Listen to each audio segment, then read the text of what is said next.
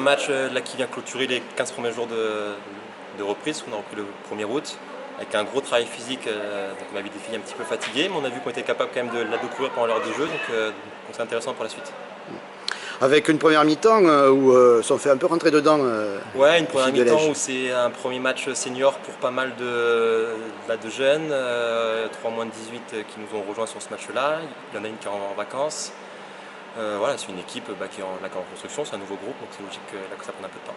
Par rapport à la préparation, quels sont les axes principaux?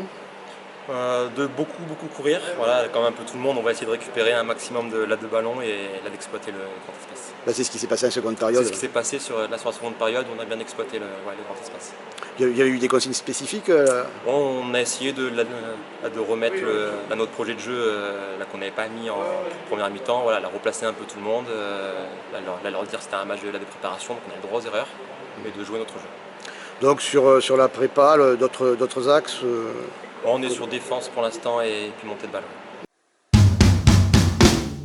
Un effectif qui a changé, ouais. Une seule recrue de l'extérieur, une ailière droite, la Mathilda, qui nous vient de Cestas. 3 moins de 18 qui montent du coup. C'est une recrue aussi parce qu'elle a été blessée toute la saison dernière, c'est Eleanor sur le poste de pivot. Et on a également l'Anastasia qui joue en équipe 3 l'année dernière et qui sera avec nous cette année. Ça fait un groupe de combien? On est sur 14 joueuses. Est-ce qu'il est possible qu'il y ait des descentes de la N2? Écoutez, si là, tout le monde se porte bien et qu'il n'y a pas de blessure, ouais, c'est envisageable.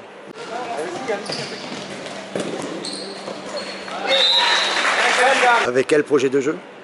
Toujours pareil, de défendre fort et de monter les ballons, qu'importe les joueuses qui composent l'effectif de la Prénat. Ouais. Avec une analyse par rapport au championnat de l'année dernière, qui amène peut-être des différences, des variations Ouais, il y a quelques équipes qu'on ne connaît pas, c'est un peu inconnu. Je pense qu'il y aura des belles équipes. Bayonne, je pense que c'est assez costaud. Mios, la saison qui joue, ça peut être aussi costaud. Nous, on est vraiment sur, déjà nous, à se concentrer sur nous, à progresser tous ensemble et puis on essaiera de faire une belle saison. Et donc justement, les ambitions L'objectif prioritaire, ce sera le maintien, à se maintenir le plus rapidement possible et après on s'interdit rien.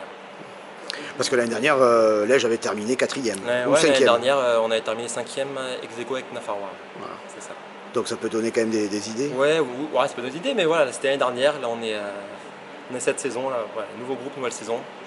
On verra ce que ça donne.